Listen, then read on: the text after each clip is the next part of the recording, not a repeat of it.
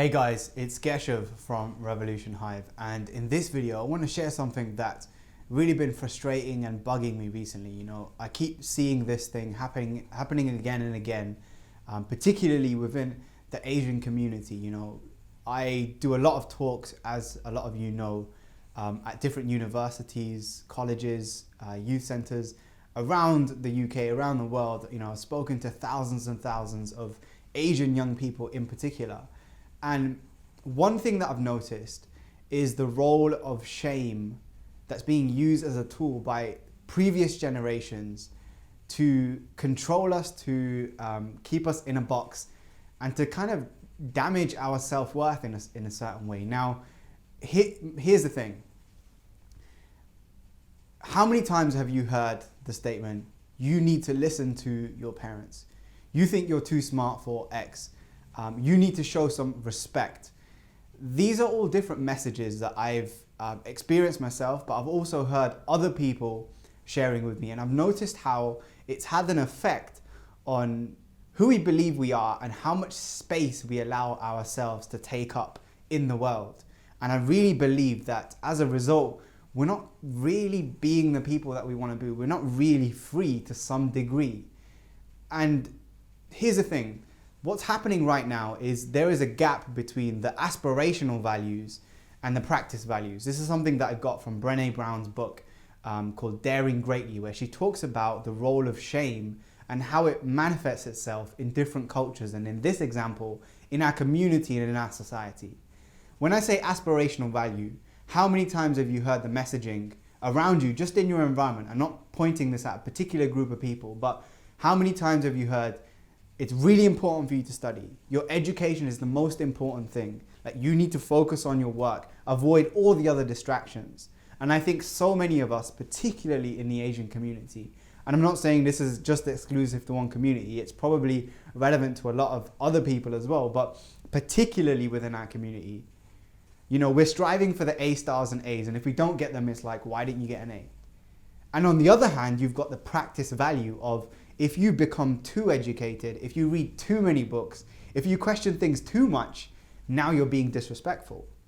So we end up with what is a gap between the aspirational value and the practice value. And in between is shame, which is used as a social tool, consciously and unconsciously, to keep us in a box, to keep you where you are. Where if you're a woman, for example, and you want to stay out late at night, for example, or there's certain things that you want to do. You want to get a tattoo. You want to go travel the world, for example. That's something that you're not allowed to do because shame, again, is used as a tool. I am older than you. You need to show some respect. But at the same time, study, learn, develop, get a nice career. But don't question anything we say. There is a gap.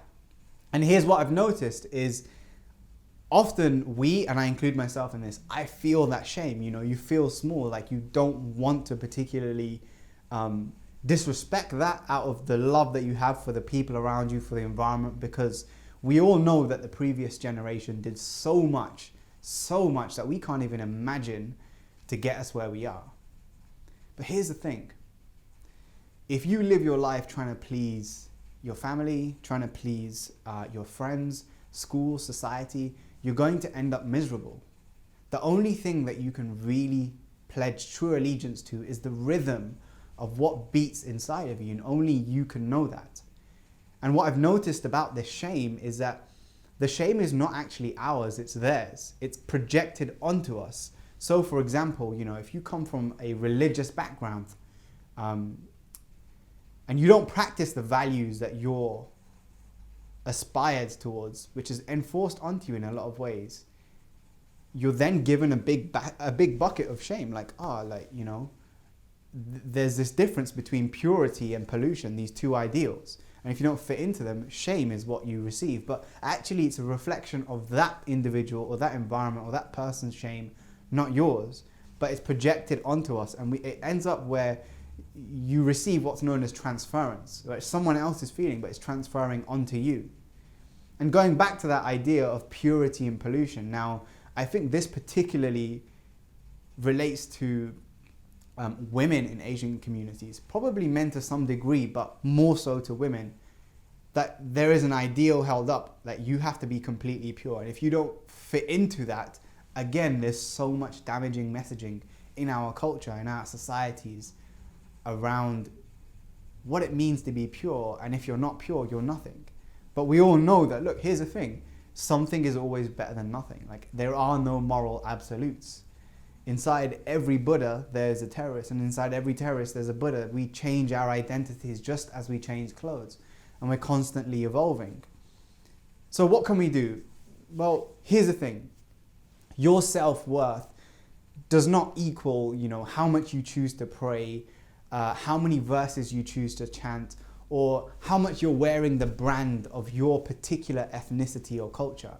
If you think about the way religion and culture works, it's usually the people who are wearing the branding, the saffron robes, the big tilak or chandlo, or whatever community you come from, whether you're wearing a hijab or not, whether you're wearing a cross around your neck or not, whether you're religious or an atheist. Your self-worth is never, ever, ever determined by any of those things, and you don't have to conform into a particular brand or identity that was created for you, where there's such a binary distinction between your self-worth that somebody else is deciding. It's something that you have to take your control over and your freedom. And I really felt this, I remember last year or the year before, I went to Kingston University and I was speaking about the role of sex before marriage in Asian culture. And obviously it's quite an interesting topic for some brown people to talk about sex, it's not easy. And there was a girl who came up to me at the end, and I'd been sharing some of my stories and things that I'd learned while I've been traveling the world. And she told me how every single day, she was studying hard, reading all the books. She even had a massive Norton anthology book with her. I did English literature as well, so I recognized it. With so many notes, like just pages and pages of notes and highlight stuff. Like, she was just killing her degree, but yet her dream, and it probably still is her dream, I don't know if she's watching, was to go and travel the world. And she spoke to me about, at the end, how she wanted to travel, but even the conversation we were having, she couldn't finish because she was getting phone calls like, where are you? And it's only 6 o'clock in the evening, and we're talking about a 24-year-old adult. And you see there how all of these things come into play, and I know that it's coming from a place of love. I'm not directing any kind of hate or vitriol towards that. I'm just calling it as it is. But it's our responsibility, and she was asking me this, what can I do? And it's the same thing that I said to her. You have to take responsibility for removing the ties off your own back, from realizing these shame barriers and how they are holding you back from where you want to be and what you really want to do. Because there's a difference between taking action and seeking the truth and the people who say they've found the truth and are just busy intellectually masturbating about it. I know which side I'd rather be on. What you do is going to give you an effect just as much as what you choose not to do. So these are some things that I wanted to share, because I know there's a lot of people out there who, like me, like you, like some of your friends, have experienced some of these things. And I really believe that we need to create more of a dialogue around these things, because we're not the next generation. We're not the next generation leaders. We're not the future. We are the present. And we need to start acting like we are the present. And we need to start behaving like we are the present. And we need to start, above all else, leading like we are the present, because this is our community too. And there is absolutely no apologies that you need to make for taking space up in the world and saying, these are my boundaries, this is what I want. So I encourage you to accept only the absolute best, and only you can know what that is for you, and nothing less. Dream like you're a god, command like you're a king, and work like you are a slave towards whatever it is that you want on your self-worth, taking up space in the world and untangling those shame triggers, and you can have anything you want in the world. I hope you guys enjoyed, and please leave a comment below. Like I said, I really want to get a discussion going. If you know someone who could benefit from this video, share it with them. And if you enjoyed this video, subscribe to my YouTube channel. I'm making daily videos, and I'll talk to you next time. Peace.